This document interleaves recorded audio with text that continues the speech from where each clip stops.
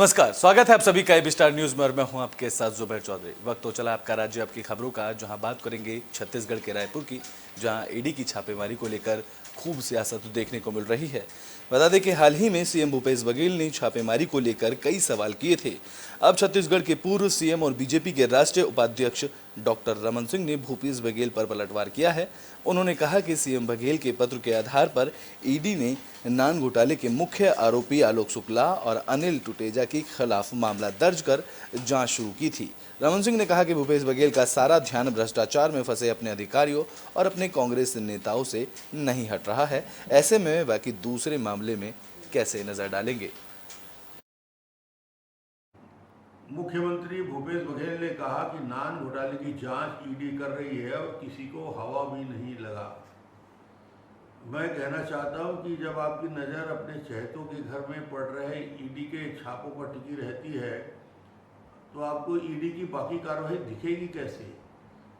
इस शासन के भ्रष्टाचार की बदौलत छत्तीसगढ़ की पहचान ईडी और सीडी से बन चुकी है। इसलिए नान मामले में बयान करते समय आपके सामने पूरे तथ्य सामने नहीं रखे गए। मैं पूछना चाहता हूं कि आप कैसे मुख्यमंत्री हैं जिसको एक राज्य में चल रहे ईडी की जांच की भी जानकारी नहीं होती और आपको गलत बयानबाजी करने के लिए अधिकारी जानकारी देते हैं। इस पूरे मामले में न केवल ईडी ने केस रजिस्टर किया बल्कि आरोपियों से 3 से 4 बार पूछताछ हो चुकी है। भूपेश जी, मैं आपको याद दिला दूं, आपने ही प्रधानमंत्री माननीय नरेंद्र मोदी जी को पत्र लिखकर ईडी से जांच की मांग की थी और न्यायालय इस मामले नान के मामले में मुख्य आरोपी आलोक शुक्ला अनिल टुटेजा पर 9 जनवरी 2019 को ईडी ने केस रजिस्टर किया। इसे नोट करें कि 13 मार्च 2020 को इन अधिकारियों को सम्मन भेजा गया। इन दोनों मामलों में दोनों अधिकारियों को 3 बार दिल्ली बुलाया गया, न्यायालय में उपस्थित रहे, न्यायालय में जमानत के लिए अपील की, तब उन्हें जमानत मिली। आश्चर्य होता है कि इस पूरे घटनाक्रम की आपको जानकारी नहीं है। आपको तो प्रधानमंत्री जी का आभार व्यक्त करना चाहिए कि आपकी बात को आपने जो पत्र लिखा था उसे संज्ञान में लिया, जांच को आगे बढ़ाया और केंद्रीय एजेंसी जांच कर रही है। अब इसमें किसी प्रकार की शंका करने की गुंजाइश नहीं है। आपको संतुष्ट। तो ब्रिटेन में बात है छत्तीसगढ़ के जांजगीर चांपा की, जहां अवैध अतिक्रमण पर बुलडोजर चला, लेकिन युवा कांग्रेस और व्यापारियों के प्रदर्शन के बाद अतिक्रमण हटाओ अभियान को रोकना पड़ा। छत्तीसगढ़ के जांजगीर चांपा में प्रशासन ने अतिक्रमण हटाओ अभियान चला रखा है। बुधवार को प्रशासन ने अतिक्रमण हटाओ अभियान का युवा कांग्रेस जिलाध्यक्ष और व्यापारियों ने विरोध किया, जहां कचहरी चौक से चांपा रोड में तोड़फोड़ की कार्रवाई के बाद कचहरी चौक से नेताजी चौक की और कार्रवाई के लिए एसडीएम और अधिकारी मशीन लेकर पहुंचे, लेकिन विरोध प्रदर्शन के बाद कार्रवाई को रोक दिया गया। जहां सड़क से दुकानों की दूरी को दोबारा से चिन्हित करके गोदाबरा कार्रवाई करने की भी बात कही गई है। से शासन का नियम तो ठीक है, बाकी ना उसको एक पक्षपात मत ले। किसी का 1 फीट के नाम से या 2 फीट के नाम से उसको पूरा बिल्डिंग तोड़ दे रहे हैं आप, है ना। और वो आपका सही डिमार्केशन आपका किसी का किए नहीं है। ना तो राजस्व के पास रिकॉर्ड है, ना रेवेन्यू के डिपार्टमेंट के पास रिकॉर्ड है। इस स्थिति में सामंजस्य नहीं बन पा रहा है कि राजस्व का रिकॉर्ड सही है कि इसका पेट्रोल के रिकॉर्ड सही है। और डिवाइडर जो बना है अभी यहाँ पर मेन रोड पे, वो का सही है कि नहीं, ये भी गलत है। कॉन्ट्रैक्टर खुद पैसा खा के इसको आगे पीछे कर दिए हैं और उसको आधार मान के आपसे मांगन कर रहे हैं आज, और फिर पट्टी गिरा रहे हैं। ये दूसरी बार पट्टी गिरा रहे हैं, गलत है। पहली बार पट्टी गिराए, वो दूसरी बार, अभी दूसरी बार गिरा रहे हैं मन का, वो गलत आधार। बस मेरा इतना कहना है। और इसमें जो प्रॉब्लम आया है कचहरी चौक से नेताजी चौक, देखिए, कल जो हम लोगों ने कार्यक्रम शुरू किया था सड़क के मुख्य मार्गों से यातायात व्यवस्था को सुदृढ़ करने के लिए या शहर को व्यवस्थित रूप देने के लिए जो अवैध कब्जे हैं, अवैध निर्माण है, ठेले गुमटी शेड या बोर्ड जो सड़क सीमा पे लगे हुए हैं, उनको हटाने की जो कार्रवाई कल हमने जहां पे ख़त्म की थी, आज वहीं से शुरू करते हुए फोक्सा ओवर ब्रिज से होते हुए कचहरी चौक तक आए। और कचहरी चौक से नेताजी चौक का भी आज हमारा प्लान था, लेकिन जब कचहरी चौक से नेताजी चौक के बीच में जब हम लोग कार्रवाई करना शुरू किए तो यहाँ पे स्थानीय व्यापारियों का उसमें ये व्यू आया कि जो सड़क के दोनों जो मार्किंग हुई है उस मार्किंग का आधार डिवाइडर को लिया गया है और डिवाइडर बिल्कुल सेंटर पे नहीं बना हुआ है। आज जिला प्रशासन के द्वारा कार्रवाई किया जा रहा है और कचहरी चौक से नेताजी चौक का भी हम लोग मार्किंग कर रहे हैं। मैं भी यहीं का निवासी हूँ। जैसे मेरे यहाँ भी हम लोग मार्किंग किए कुछ अंदर, ना मेरे को नोटिस मिला है ना मेरे को कुछ मिला है। पहला बात तो ये हो गया। दूसरा चीज़, अभी इन लोग बता रहे हैं कि ये एनएच की ज़मीन है। एनएच की ज़मीन, एनएच की रोड है, इसमें बिना परमिशन का नगर पालिका के द्वारा डिवाइडर बनाया गया है, जिसका नगर पालिका को कोई एनएच से परमिशन नहीं मिला है। एनएच के कोई अधिकारी आए यहाँ पर, साहू जी करके, वो खुद कंफ्यूज हैं कि 9 मीटर का सड़क वो बता नहीं पा रहे हैं कौन सा 9 मीटर का सड़क है। और आप लोग देखेंगे कि राइट साइड में तारण सिन्हा जी डीएमएफ से पासा दिए थे, तो 10 फीट का रोड जो सीसी रोड बना है, उसमें भी नाप हम लोग कर रहे हैं। तो सीसी रोड, या तो सीसी रोड 12। तो छत्तीसगढ़ के जगदलपुर में ग्रामीण अवैध कब्जे की शिकायत को लेकर कलेक्ट्रेट कार्यालय पहुंचे। इस दौरान उन्होंने कलेक्टर से अवैध कब्जे को लेकर शिकायत की। छत्तीसगढ़ के हाटगुटापारा में ग्रामीण अपनी समस्याओं को लेकर कलेक्ट्रेट कार्यालय पहुंचे और माता गुड़ी के सामने मरघट के आसपास अवैध कब्जे की शिकायत की। ग्रामीणों का कहना है कि कई बार इन लोगों ने कहा गया है कि वह अवैध रूप से अधिग्रहण कर रहे हैं, लेकिन वह लोग ग्रामीणों में दहशत पैदा करने के लिए बाहरी असामाजिक तत्वों को गांव में ला रहे हैं। ग्रामीणों का आरोप है कि सरपंच और उप सरपंच भी उनके साथ मिले हुए हैं और ग्रामीणों का सहयोग नहीं कर रहे हैं। लिहाजा अब ग्रामीणों ने कलेक्ट्रेट पहुंचने पर मामले की शिकायत कलेक्टर से की है और न्याय की गुहार लगाई है। हम गांव के समझ जमीन के लिए आए हैं, जो अपना माता गुड़ी के सामने और मरगढ़ पाटा गांव का, ये सब बाहरी आदमी आके वहाँ कब्जा करके रह रहे हैं। ये सब को ना हम लोग गांव वाले विवाद किए, तो उन लोग नहीं मारे। बाहर से ना गुंडा एक क्या लेके हम लोग को धमका रहे तो नहीं किया। हम लोग 22 तारीख को हम लोग दिए थे तहसील में, कोई कार्रवाई नहीं किया। अब हम लोग कलेक्टर किया है। अच्छा, ग्राम सभा वगैरह कुछ किए इसके बारे में? नहीं, सरपंच भी उनके साथ मिला हुआ है। सरपंच, हाँ, सरपंच भी उनके साथ मिला हुआ है। कौन सा गाँव से हैं आप? हम लोग दूरगुड़ा पता कलेक्टर जान। तो बुलेटिन में बात है छत्तीसगढ़ के गरियाबंद की, जहां नक्सलियों की मदद से अवैध कब्जे बस्ती पर अवैध कब्जा हटाया गया है। बता दें कि गरियाबंद के उदंती स्यूता नदी के बफर जोन में अवैध अतिक्रमण का मामला सामने आया था, लेकिन अवैध बस्ती सोरनामाल की पीछे 24 घंटे में ही खाली करा दी गई। जानकारी के मुताबिक ये बेदखली की कार्रवाई वन विभाग ने नहीं बल्कि नक्सलियों ने करी है। बता दें कि बस्ती से बाहर से आकर बसे 70 से ज़्यादा ग्रामीणों ने 178 हेक्टेयर ज़मीन पर अपना कब्जा कर लिया था, जिसके बाद प्रशासन ने पिछले 2 साल से इन्हें कब्जा हटाने के लिए कोशिश के लिए कई बार नोटिस भी भेजा था। अब जिले के इस नक्सल प्रभावित इलाके में पुलिस लगातार कैंप लगा रही है, जहां अकेले मीनपुर डिवीज़न में अब तक 9 पुलिस कैंप लगाए जा चुके हैं, जहां अतिक्रमण में सिमट रहे जंगल की नक्सली मूवमेंट में बाधा बन रहे हैं और लिहाजा अब नक्सली अतिक्रमणकारियों को खदेड़ते भी इस दौरान नजर आ रहे हैं। इसका वन विभाग के डीओपो, रेंजर और ग्रामीण और हम जनप्रतिनिधि के साथ एक बैठक हुई है। बैठक में यह तय हुआ था बीच का रास्ता में, जो पूर्व से रतन कमार के परिवार, उसके बाद जो वहाँ का झाकर पटेल 20-30 लोगों का जो पूर्व से बैठे थे, जो बाद में बैठे हैं फिर वन पर कब्जा करके, उसमें ये बातें हुई थी। उसमें वन संसाधन के तहत वृक्षारोपण करने की बात सहमति हो गई थी।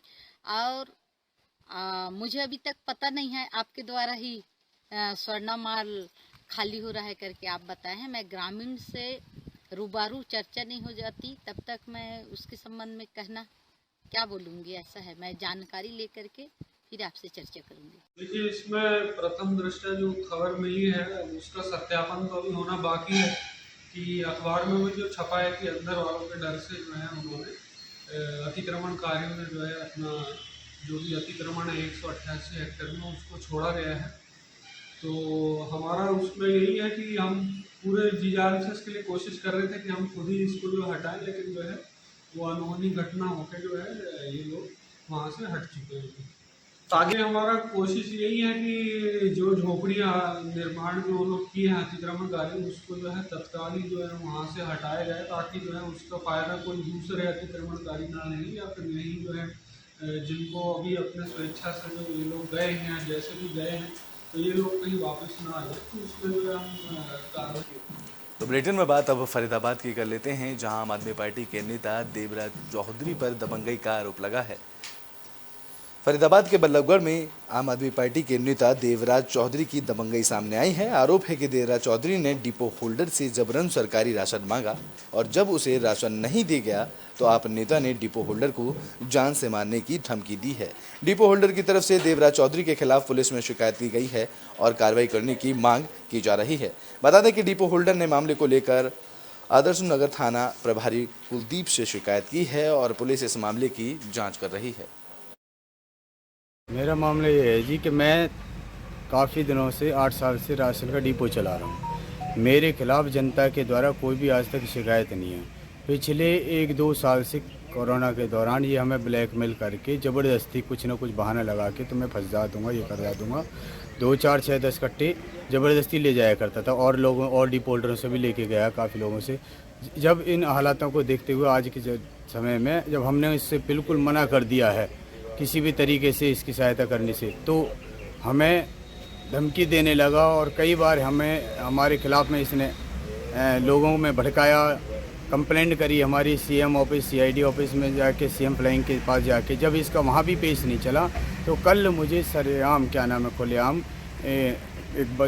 मेरे दोस्त है उसके यहाँ पे ऑफिस पे आके सरेआम दे गया कि या तो तू सही चल जा वरना तुझे ऐसा जान से मारने की धमकी, ऐसा कर दूंगा तेरे घर वाले तेरी मिट्टी भी नहीं पहचान पाएंगे। मामला ये है जी कि अभी 8-10 दिन पहले भी तू मैं हुई थी किसी से, जो इन्होंने इनका ही आदमी था उनसे कराई थी, तो उसमें हमारा निपटारा हो गया था, कोई बात नहीं थी। फिर उन्होंने पिछले महीने भी हमसे जो है 4-5 कट्टे मंगाए थे गेहूँ के, देवराज चौधरी जी ने।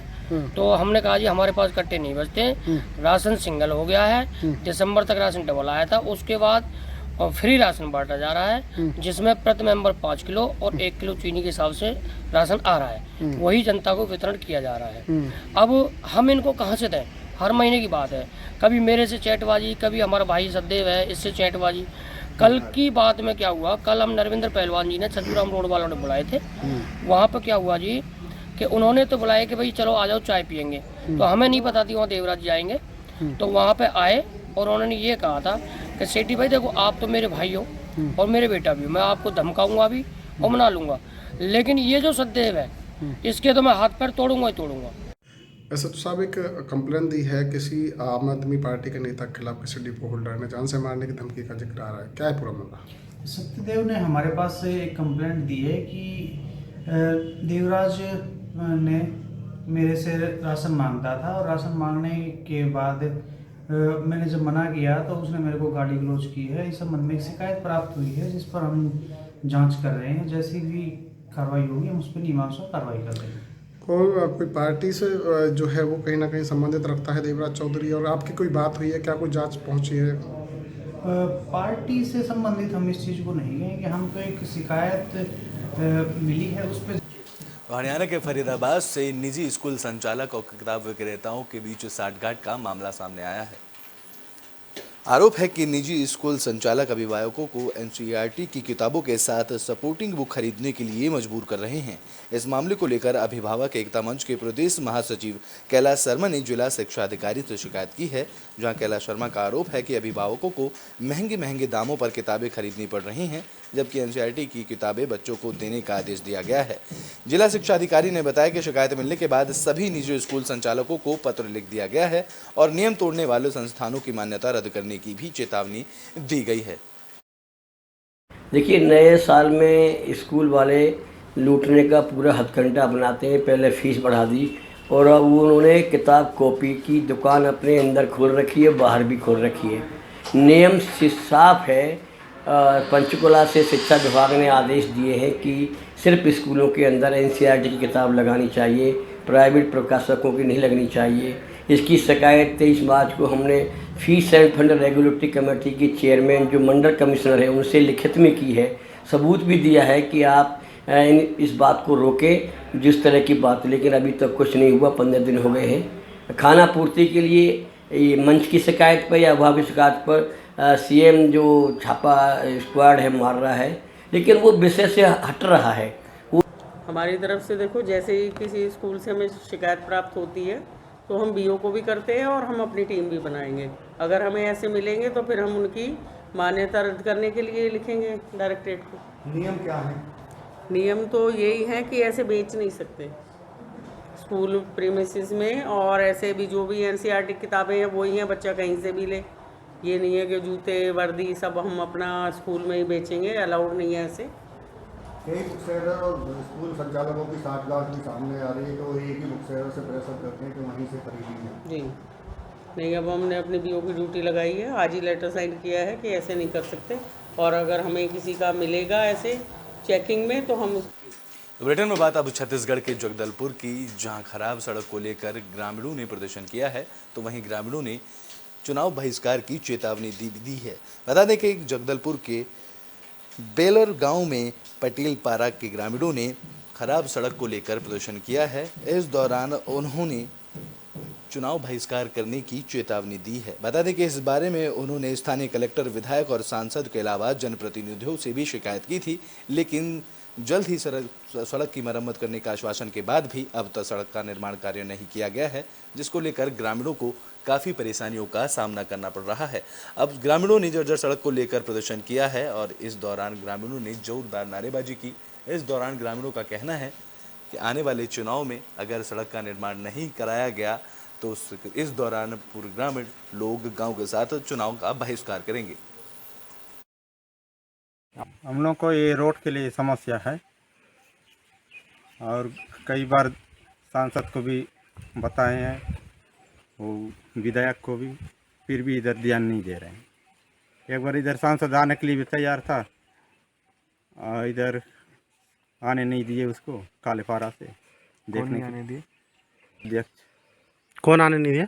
जनपद अध्यक्ष। मैं जिला पंचायत सदस्य रैतुराम बघेल, कृषि सभापति, जिला पंचायत बस्तर, चित्रकूट विधानसभा के अंतर्गत जनपद पंचायत लौंडीगुड़ा, ग्राम पंचायत बेलर, पटेल पारा में वहाँ पे जल की समस्या, रोड की समस्या और बहुत सारी समस्या है, जबकि कांग्रेस के सांसद, कांग्रेस के विधायक, कांग्रेस के जनपद अध्यक्ष, कांग्रेस के जनपद उपाध्यक्ष, कांग्रेस के कार्यकाल में पूरे जनप्रतिनिधि चित्रकूट विधानसभा के अंतर्गत आने के बावजूद भी, जबकि चित्रकूट विधानसभा जनपद पंचायत लौंडीगुड़ा ज़्यादा दूर नहीं है, वहाँ से मुश्किल से 2 से 3 किलोमीटर होने के बावजूद भी वहाँ के अधिकारी और वहाँ के कर्मचारी उस पंचायत को। तो ब्रिटेन में बात हरियाणा के रोहतक की, जहां हरियाणा की बेटी हर्षिता कौशिक को अमेरिकी संस्थान ने स्कॉलरशिप प्रदान की है, जिसके बाद रोहतक जिले के कुलताना गांव के रहने वाली हर्षिता कौशिक अब अपनी 11वीं की पढ़ाई आगे अमेरिका में करेंगी। बता दें कि youth exchange and study programme के तहत अमेरिकन सरकार ने उनको स्कॉलरशिप प्रदान की है। बता दें कि पूरे देश में इस प्रोग्राम के लिए 29 बच्चे चयनित हुए थे, जहां हरियाणा सरकार की तरफ से केवल हर्षिता शर्मा को ये मौका मिलने जा रहा है, जिसे लेकर हर्षिता काफ़ी खुश हैं। इस उपलब्धि पर हर्षिता की इस उपलब्धि पर उसका स्वामी नित्यानंद ग्लोबल रेजिडेंस स्कूल भी फूला नहीं समा रहा है। इस दौरान हर्षिता के इस उपलब्धि को लेकर स्वामी नित्यानंद ग्लोबल रेजिडेंस स्कूल के अध्यापक भी खुश हैं और उनका कहना है कि हर्षिता के लिए ये एक बहुत बड़ी उपलब्धि है, क्योंकि अमेरिका में पढ़ने का सपना किसी का पूरा होता है और इस मुकाम तक पहुंचने के लिए हर्षिता ने बहुत मेहनत की थी और स्कूल से जो हो पाया था वो संभव मदद स्कूल ने हर्षिता की थी। हर्षिता उन बच्चों के लिए प्रेरणा बनेगी जो मेहनत करके इस मुकाम को हासिल करना चाहते हैं।